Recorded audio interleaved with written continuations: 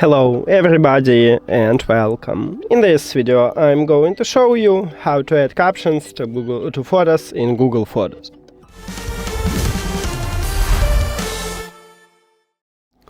You have to start by open Google Photos application. Then select the photo what you want to add a caption. Let's say this one. Then click at the three dots at the right top and click at the About.